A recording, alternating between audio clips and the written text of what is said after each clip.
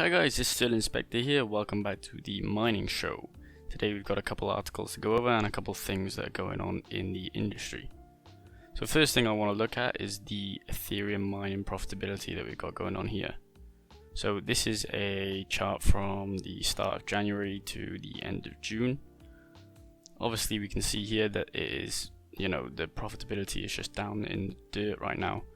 So this is per, USD, so it's in cents. If we look here at this spike, that is a profitability of 6 cents per day with 1 per mega hash. Right now it's down here at 0.0135 cents.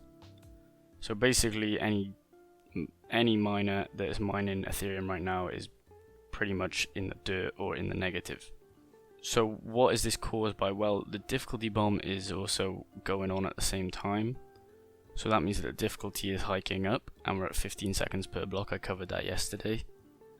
And now we're coming into this part where it's like the price is going up. No, the difficulty is going up, sorry. And the price is going down. So this profitability is just getting squeezed out. When the Ethereum difficulty bomb does get delayed or diffused, that's when we'll see the price of it go up slightly for profitability, but I can't see it being much unless the actual Ethereum price goes up as well. Now next thing we have is the EIP27 from Ergo. So we covered this about 3 days ago I think, and it was just going over how the new re-emission schedule is happening. So from this they're basically taking the block rewards down slower over a span of 17 years, and then when it hits 3 Ergo per block reward, they're just going to keep it at that, just to keep the network secure and mineable, so that people will support the network and they can have time to develop D apps onto it. This makes it more secure, and then when the mining ends on the network, we will see the fees from the D apps cover the mining cost. If people want to upwork the network and keep it up, they want miners still mining after there's no rewards.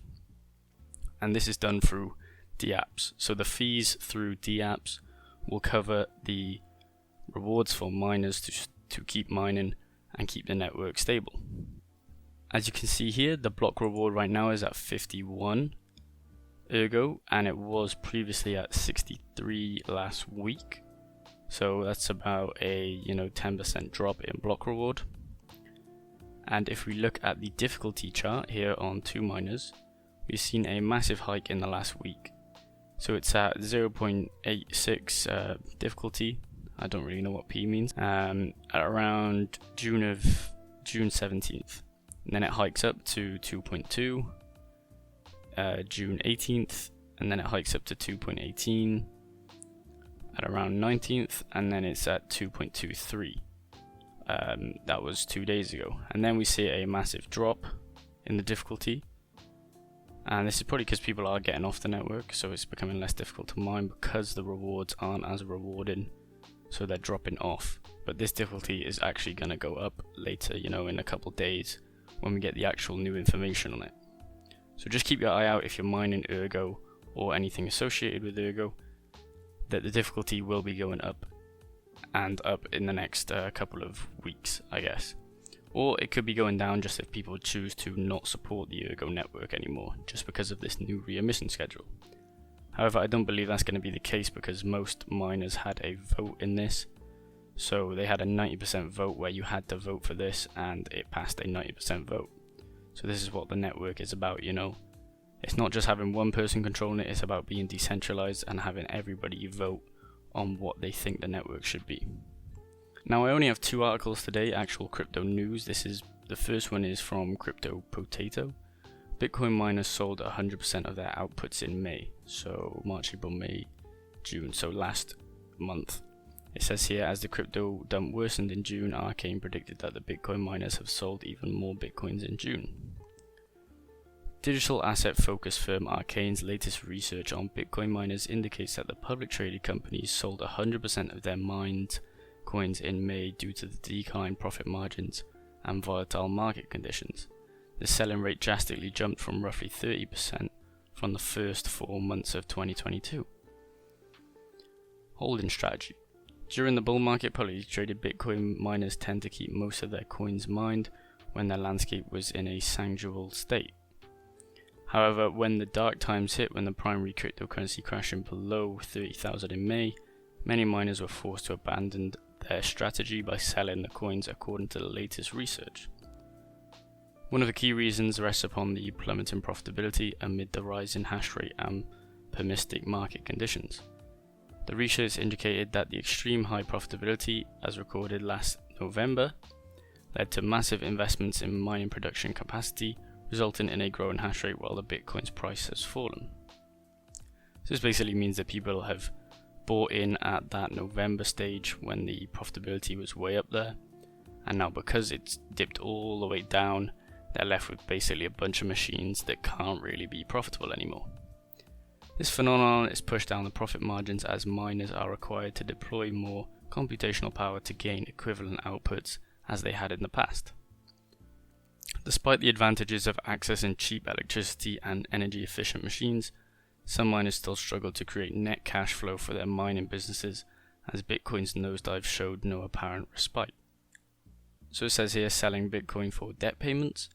It's worth noting that many public traded miners could easily have raised capital when the broader equity market remains bullish. It's common for miners to collateralize their machines and Bitcoin holdings for loans that were used to cover operational costs and expand into mining facilities. Obviously, I just said, this is what they were doing. They were buying more machines so they could mine more Bitcoin. In this way, they could keep most of their Bitcoins as they believe the landscape will remain in such a bullish state. For instance, Marathon, the largest Bitcoin holder amongst all listed miners with 9,673 Bitcoin on their balance, had a total debt of $729 million. The giant used most of his loans to purchase machines or ASICs, betting the primary cryptocurrency will keep rising in value. Given the asset's price plummeting harshly, which brought down the value of the mining machines, many miners had to sell their monthly output in order to pay off their debts and cover operational costs. So because of this, people are actually selling their mining machines, which means that ASICs have dropped to, new lows. Back around 8 months ago, I want to say, ASICs were selling for around $40,000 to $50,000, and now you can get one for around $10,000 if you go to the right place. So these machines are coming off cheap, just as it is with GPUs, with their price falling.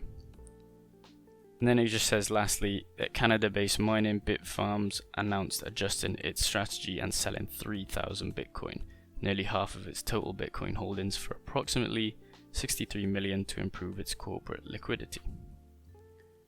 So overall, people are getting in debt with this. A lot of these big mining farms have a lot of debt on their balance sheet which they need to keep up the payments for. So they're just selling off either machines or Bitcoin. So they have to do this, and it's just basically plummeting the price even more because these loans are stacking up and the price is going down for Bitcoin. So they're having to sell more every month and month just to keep up with these loan payments, which is not adding to the ecosystem of Bitcoin. It's just basically tanking the price even further. The last thing that we need to go over is the Nvidia GeForce RTX 4090 GPU boost clocks may approach 3 GHz.